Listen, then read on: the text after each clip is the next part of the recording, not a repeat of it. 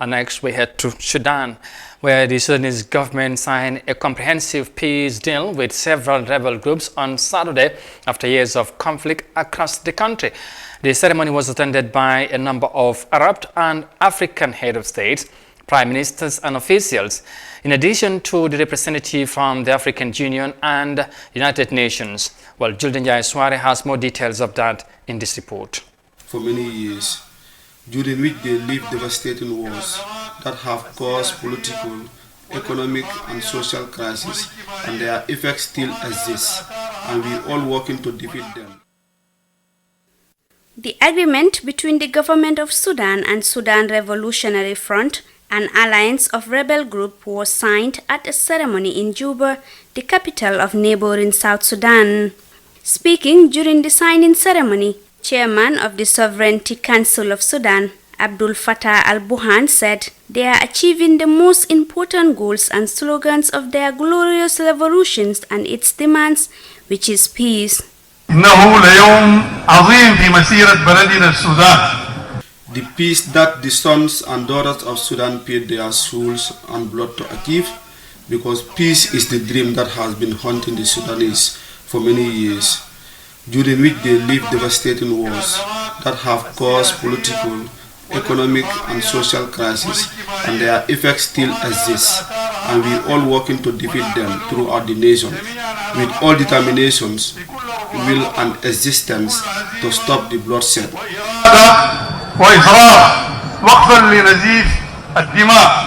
While extending his gratitude to those that stood with them at the important stage in their country's history, Mr. Burhan said he is hopeful that the signing of the peace deal will help in driving efforts to remove Sudan from the list of countries sponsoring terrorism, lift economic sanctions, and take everything that would preserve Sudan's unity and security. We reaffirm that on this historical day, we will never go back to war, and we will never deviate from the path of peace. We also affirm our kindness to implement what has been reached in all tracts and regions.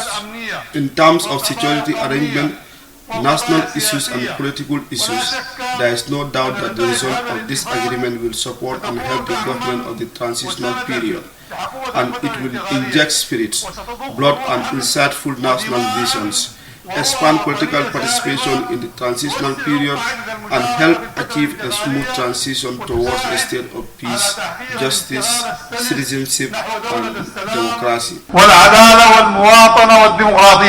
The recently signed agreement addresses matters relating to the sharing of wealth and power, political and national issues, security arrangements, land ownership and related disputes.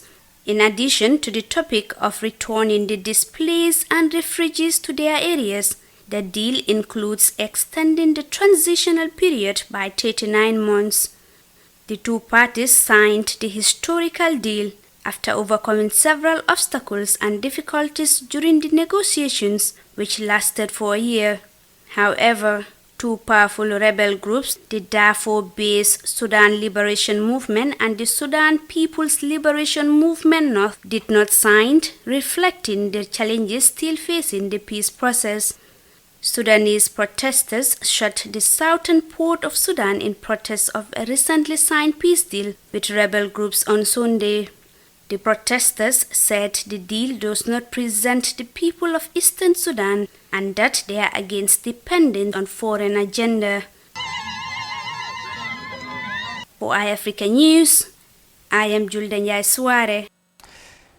Sudanese transitional government and rebel groups signed a peace deal after many years of conflict. Now, to discuss more on this, I am joined on the line from New Jersey University in the United States. Is Josh Kurja, PhD and Assistant Professor of Security Studies. Well, Professor, many thanks for joining us.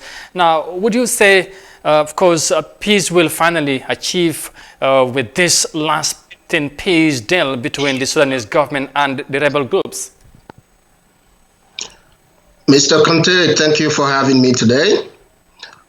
This peace agenda, or at least the peace deal, is definitely a promising step in the right direction toward peace.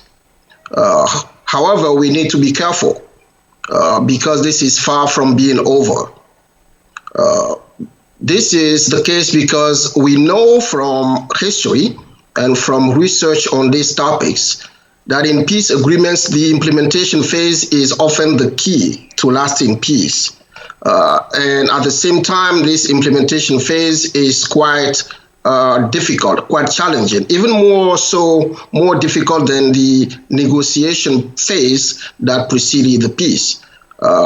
From history, we've learned, for instance, that in Angola and Rwanda, more people died actually after the peace agreements than during the civil wars that preceded the agreements. Yeah. So we really need to be careful here, but it's definitely a promising and hopeful step that we saw this weekend, and there are many challenges ahead. Bottom line here is Sudan is far from being out of the woods, and we just need to be a little careful as to how we proceed from here. Now, Professor, the government of Sudan thinks the new peace will help remove sanctions against Sudan and from the list of countries sponsoring terrorism. Is this a possibility? Personally, I do not see a link between this deal and the possibility of Sudan being removed from the list of sponsors of terror. However, Sudan can still achieve that purpose through diplomatic efforts toward the United States. And in this regard, we've recently seen a visit by the U.S. Secretary of State Mike Pompeo back in August. And that, to me, is a sign that there are efforts in place or on the way to get Sudan removed. But we also know that Mr. Pompeo had, a few demands, a few conditions to remove Sudan. And I think those conditions will be more will have a major impact on the process than this peace deal.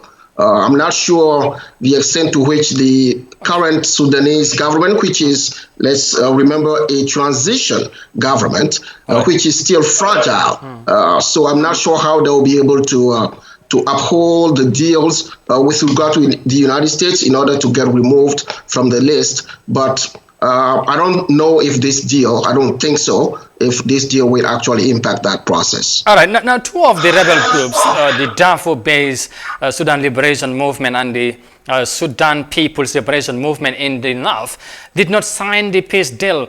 Will this affect the ongoing peace process in Sudan? Definitely. This makes the peace process very vulnerable at this point. The fact that these two groups did not participate in the peace deal. Let's remember, these are two powerful groups. They're not just small groups within Sudan. Powerful in terms of the base of support that they have. They each have, broad ethnic base of support, both in the West for one group and then in the South for the other group. Now, they're also strong in terms of the military capabilities. All those factors remain a threat, a serious threat, I would say, to stability and peace within Sudan and within the region. So definitely the fact that we did not see them participate in this process should be a matter of concern to all parties involved. And I'm hoping that the Sudanese government will extend or pursue efforts to bring these two groups to the table and have them participate in the process. Otherwise, stability will not be achieved. All right, we got to leave it at that, Professor Kodjo. Once again, many thanks for your time. Thank you for having me. All right. It was Professor Kodjo speaking to us live from, of course, New Jersey University on the recent agreement between the Sudanese government and rebel groups.